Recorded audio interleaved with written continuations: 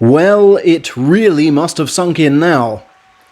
Terunofuji's YOKOZUNA promotion is as official as can be after today's licensing ceremony at Tokyo's Meiji Shrine.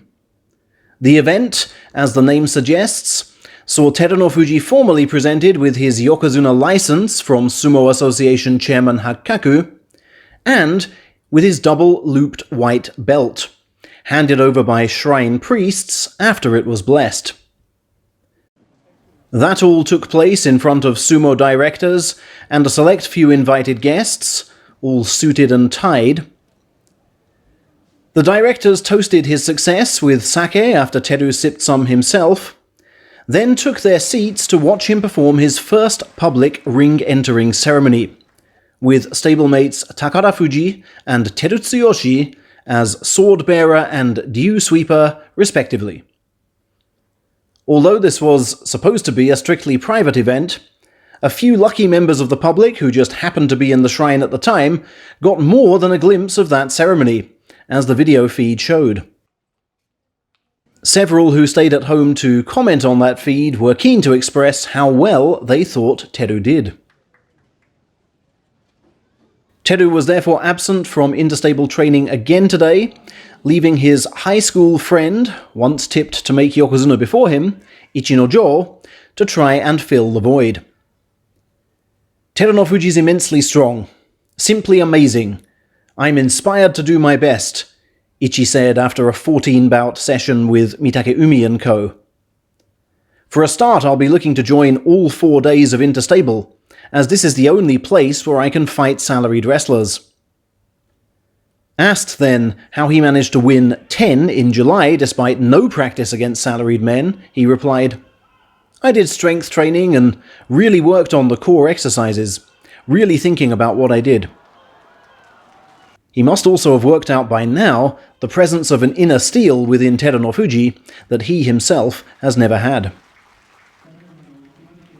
MITAKEUMI, meanwhile, fought 3 times as much today as yesterday, going 7 and 8 against Ichinojo and Takayasu. "I lost count of how many I fought, but I was definitely more fired up today," he said. He revealed his inspiration came from presiding coach Michinoku, who told him something which is hardly new. "If you'd trained harder, you'd have made Ozeki by now." His words flipped a switch inside of me because he's an ex-Ozeki himself, Mitake pointed out. Michinoku was full of advice for him in Winner Stays On, reminding him of his weakness once his belt is grabbed, and showing him his own method of how to break a grip, as well as urging him to stay on the move. "I've not been paying enough attention to those things," Mitake admitted. Elbow injury victim SHODAI was not among the 14 salaried wrestlers who appeared today, but ENHO was back for another round, and seemingly seeking revenge over the man who did this to him in July. The lightweight today returned Oho's thrusts with interest in some fierce exchanges which ended an impressive 7-2 in his favour.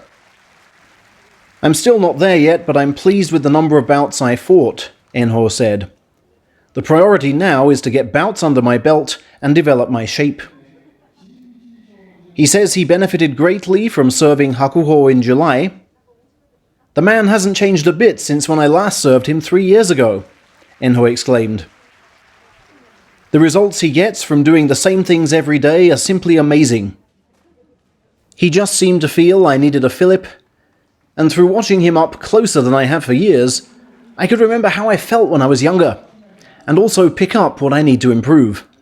Which is an awful lot, let's face it." The rapid rise to Division 2 of colleague Hokuseiho also spurs him on. "There are some strong guys on the way up now, and our training area is a really competitive place," said ENHO. "So I can't be seen losing." Let's see how he does when the chips are down in 19 days' time.